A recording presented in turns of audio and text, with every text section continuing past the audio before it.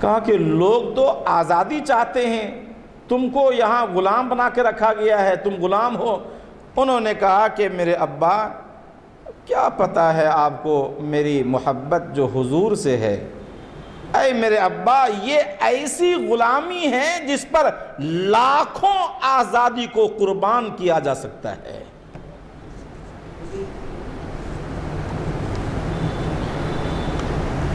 ایک غلام آپ کو چھوڑ کے جانے تیار نہیں ہے۔ ایسے اخلاق کی وجہ سے کشش تھی آپ کے ذات اقدس میں۔ دنیا میں ہزاروں مصلحین پیدا ہوئے، گائیڈز آئے، رہبر اور رہنما آئے، ہر مذہب کے لوگ، لیکن پوری تاریخ میں کوئی آدمی حضور سے بڑھ کر کے کوئی اخلاق والا ثابت نہیں کر سکتا، بتا نہیں سکتا ہے۔ اپنوں نے بھی شہادت دی ہے، غیروں نے بھی شہادت دی ہے۔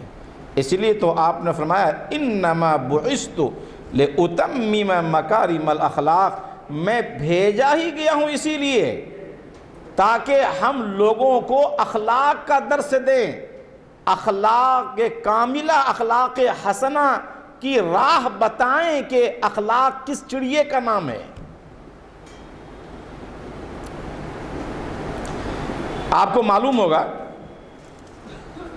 کہ حضور صلی اللہ علیہ وسلم کی بعثت جب عمل میں آئی، یعنی جب حضور دنیا میں تشریف لائے، تو کچھ دنوں تک آپ کی والدہ محترمہ حضرت آمنہ نے آپ کو دودھ پلایا،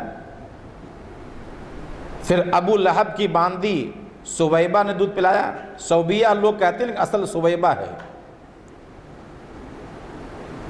پھر اس کے بعد حضرت حلیمہ سعدیہ رضی اللہ عنہا وہ آئی اور آپ کو لے کر کے گئی اپنے ساتھ۔ تفصیل میں جانا نہیں چاہتے۔ تو حضرت حلیمہ کی جو بہن تھی، حضرت حلیمہ کی جو بیٹی ہے، ان کا نام تھا شیمہ۔ ایک دن کہنے لگی، اپنی والدہ سے ضد کرنے لگی، میں اس ہاشمی بھائی کو اپنے ساتھ لے کر کے جاؤں گی بکری چرانے کے لیے۔ 2 سال کے بعد جب کہ شیر خارگی کی عمر ختم ہو چکی تھی، وہ آئے تھے لے کر کے، پھر یہاں ذرا مکہ کا ماحول صحیح نہیں تھا، فضا، تو پھر لے کر کے اجازت لے کر کے گئی تھی۔ تو ایک دن کہنے لگی کہ میں ان کو لے کر کے جانا چاہتی ہوں بکریاں چرانے کے لیے، ورنہ آج میں جانے والی نہیں ہوں۔ تو ان کی والدہ نے، حضرت حلیمہ نے کہا کہ یہ ان کو سنبھالو گی یا بکریاں سنبھالو گی؟ ان کی عمر کتنی ہے؟ 3 سال، 2 سال سے زائد ہو چکی تھی عمر جب لے کر کے دوبارہ آئے تھے۔ تو کسے سنبھالو گی؟ تمہارے لیے لے کے جانا مناسب نہیں ہے۔ تو انہوں نے کہا کہ نہیں، میں تو جاؤں گی آج، تو ان کو ہی لے کے جاؤں گی، ورنہ میں آج نہیں جاؤں گی۔ کہا کیوں؟ کہا کہ نہیں، میں اس سے پہلے ایک مرتبہ لے کے گئی تھی، میں نے نوٹ کیا تھا اس موقع پر کہ جب میں ان کو لے کر چلی،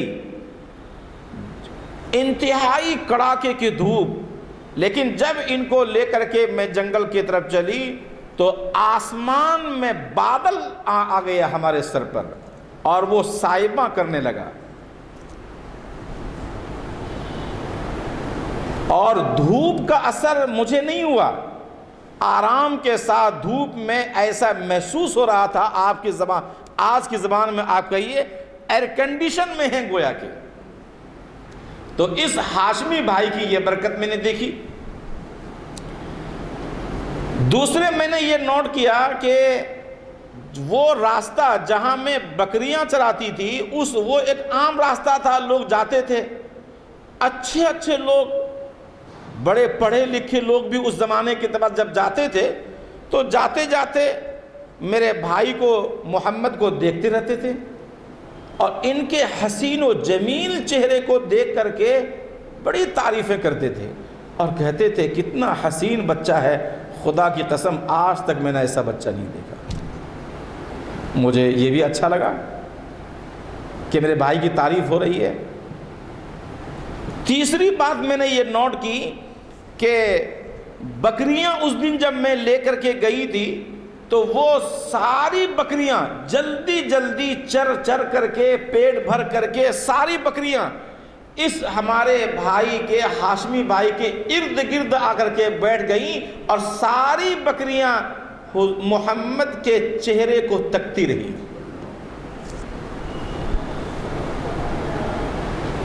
یہ تین باتیں میں نے نوٹ کیا. اور بکریاں نہ ادھر جا رہی ہیں نہ ادھر جا رہی ہیں نہ ادھر جا رہی ہیں، بلکہ ان کی وجہ سے ساری بکریاں چر کر کے ایک جگہ پہ آ کے بیٹھ جاتی تھی. میں تو آج لے کے جاؤں گی. بہرحال وہ لے کر کے گئی. آگے کوئی ایسا واقعہ تفصیل سے نہیں ہے، لیکن اگلی بات ہے کہ پھر اس کے بعد کرنا ایسا ہوا کہ حضور آگے بڑھے، جوان ہوئے، پھر نبوت سے سرفراز ہوئے، پھر مکہ سے آپ مدینہ تشریف لائے، بہت سے غزوات ہوئے. ایک غزوے کا نام ہے غزوہ حنین. یہ غزوہ حنین شوال سن 8 ہجری میں یہ غزوہ ہوا ہے.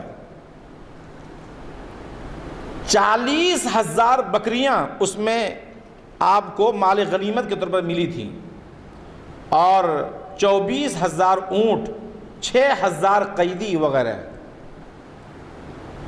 ان قیدیوں میں سے ایک قیدی وہی ان کی آپ کی رضائی بہن حضرت شیمہ بھی قید ہو کر کے آئی تھی.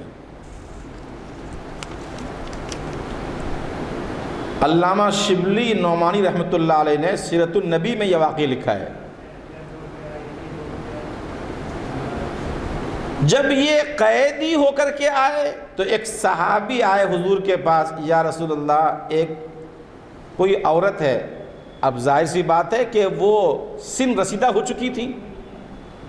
ایک عورت ہے یا رسول اللہ، وہ کہتی ہیں کہ آپ کے بارے میں کہ آپ ان کے بھائی ہیں، اور وہ کہتی ہیں کہ میں تمہارے پیغمبر محمد کی بہن ہوں، آپ سے ملنا چاہتی ہیں. حضور نے فرمایا کہ کون ہے میری بہن؟ میں تو اپنے باپ عبداللہ کے اکیلا ہوں، میرے تو کوئی بھائی بہن ہے. ٹھیک ہے، اگر وہ کہتی ہے تو ان کو بلا کر کے لاؤ. حضرت شیمہ آئی آپ کی خدمت میں. چہرہ تو بدل چکا تھا، لمبا زمانہ ہو چکا تھا.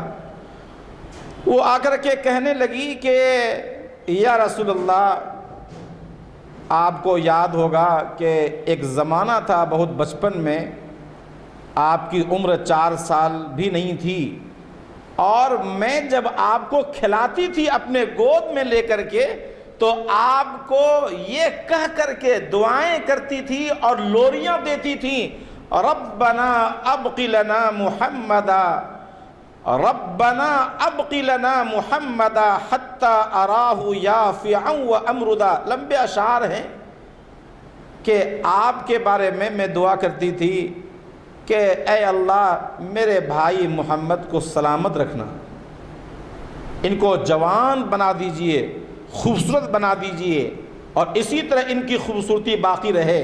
اور آپ نے اس موقع پر بچپن میں ایسے ہی میرے پشت پہ آپ نے دانت کاٹا تھا. اور پھر انہوں نے تو حضور علیہ الصلوۃ والسلام نے فرمایا کہ ہاں مجھے یاد آیا. آپ کو الہام ہوا ہوگا یا یاد آیا ہوگا. آپ ایک دم سے کھڑے ہو گئے، اور کھڑے ہو کر کے آپ نے اپنی ردائے مبارک، اپنی مبارک چادر بچھائی، حضرت شیمہ کو اس پر بٹھایا. حضرت شیمہ سے آپ نے فرمایا کہ تم میری بہن ہو، رضائی بہن. دودھ ان کی والدہ سے آپ نے پیا تھا تو رضائی بہن ہوئی. کہنے لگے کہ اگر تم چاہو تو زندگی بھر تم میرے پاس رہ سکتی ہو، تمہارے پورے اخراجات میرے ذمے میں ہوں گے، کفالت میں کروں گا. اور اگر تم چاہو تو نان نفقہ خرچہ برچہ دے کر کے میں تمہیں عزت و اکرام کے ساتھ یہاں سے روانہ کر دوں گا. حضرت شیمہ نے کہا کہ یا رسول اللہ میں جانا چاہتی ہوں. لیکن اگر میں تنہا یہاں سے جاؤں تو لوگ کہیں گے میرے قبیلے والے کہ تم تنہا آ گئی واپس اور سارے لوگوں کو قید چھوڑ کر کے آ گئی، باقیوں کو قید میں رکھ چھوڑ کر کے آئی، لوگ مجھے طعنہ دیں گے یا رسول اللہ۔ آپ نے فرمایا تمہاری عزت و احترام کی وجہ سے، تمہاری احترام اور عزت میں تمہارے قبیلے کے سارے قیدیوں کو آزاد کرتا ہوں۔ اور آپ نے یہ فرما کر کے گویا دنیا کو بتا دیا کہ بہنوں کی عزت اس طرح ہوا کرتی ہے۔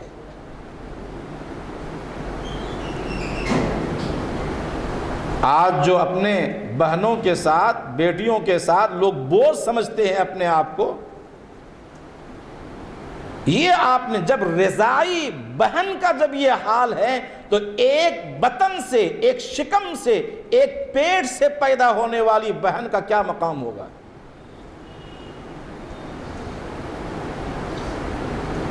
فتح مکہ کا واقعہ لوگوں نے سب نے لکھا ہے۔ سن 8 ہجری میں جب فتح مکہ کے موقع پر حضور علیہ الصلاۃ والسلام کے پیچھے صحابہ کرام ہزاروں کی تعداد میں کھڑے ہیں، اور یہ سارے صحن کعبہ میں کون ہیں؟ وہ مجرمین جنہوں نے رسول اللہ صلی اللہ علیہ وسلم کے عزیز و اقارب کا خون بہایا تھا۔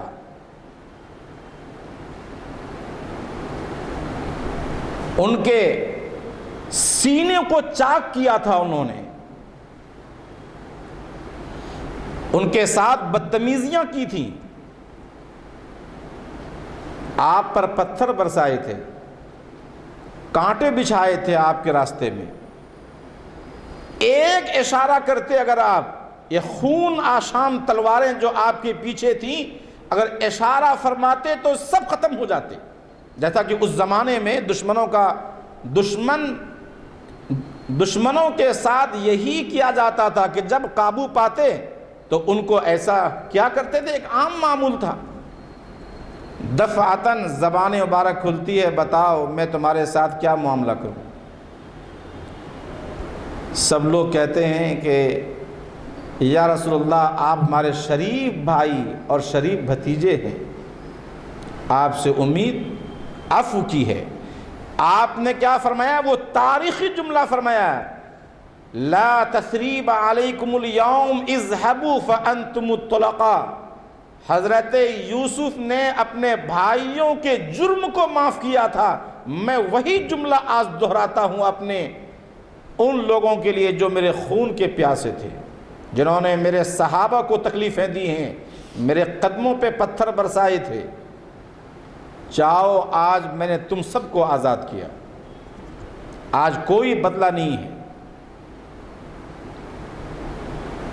جب آپ طائف گئے اور واپسی میں فرشتوں نے آپ سے کہا یا رسول اللہ ان لوگوں نے جو آپ کے ساتھ یہ عمل کیا، بدتمیزیاں کی انہوں نے، یہ آپ اجازت دیں تو یہ دونوں پہاڑیوں کے ذریعے اس کو پیس دیں، پورے ختم ہو جائیں گے۔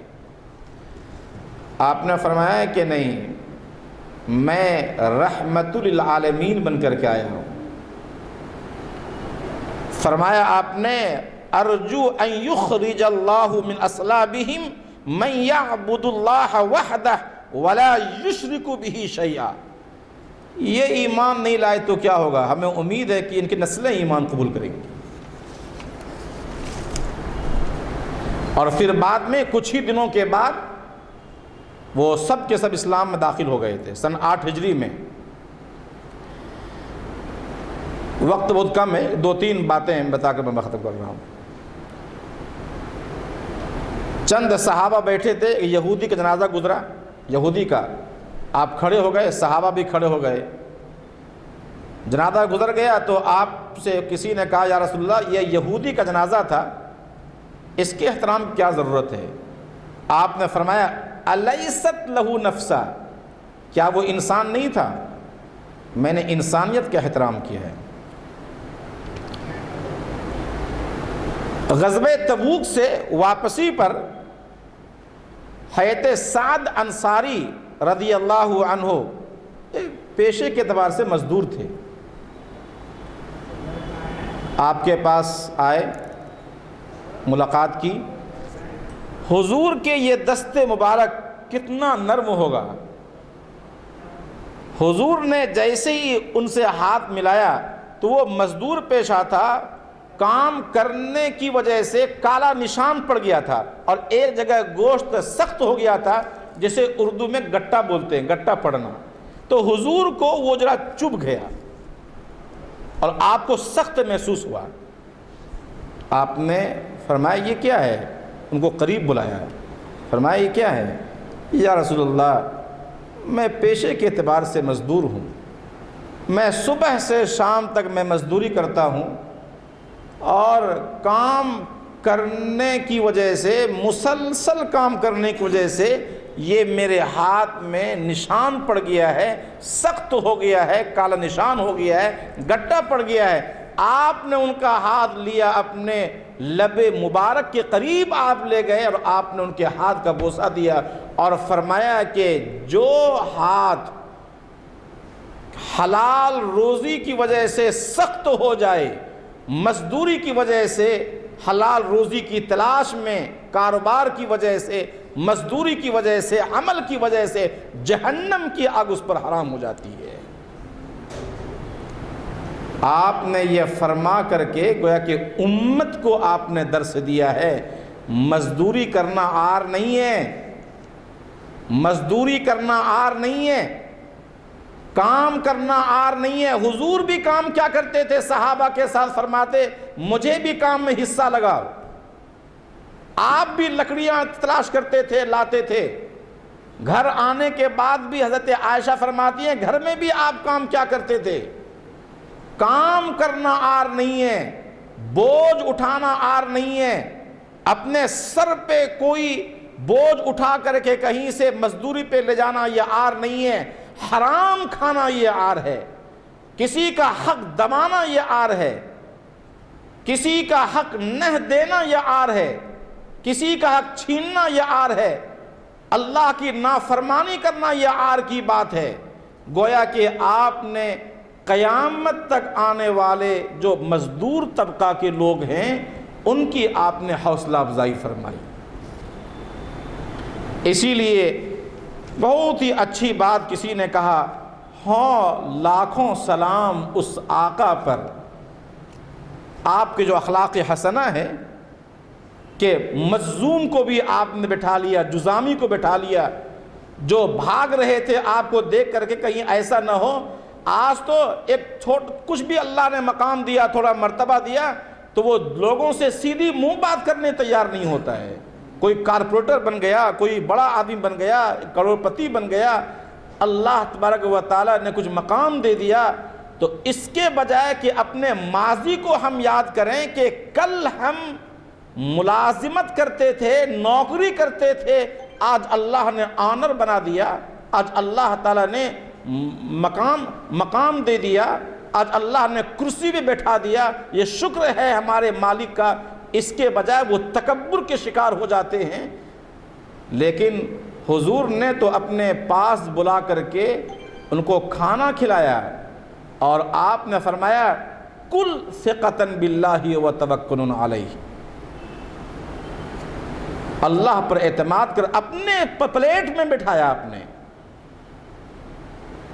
ان اخلاق سے متاثر ہو کر کے کیا کہتا ہے شاعر، ہوں لاکھوں سلام اس آقا پر، دل لاکھوں جس نے جوڑ دیے۔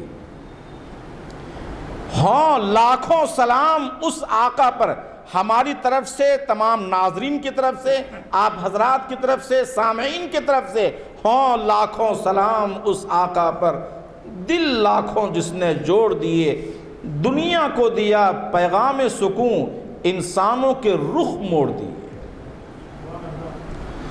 اس محسن اعظم نے الیاس کیا کیا نے دیا عالم کو، دستور دیا، منشور دیا، کئی راہیں دی، کئی موڑ دیے۔ وآخر دعوانا الحمدللہ رب العالمین۔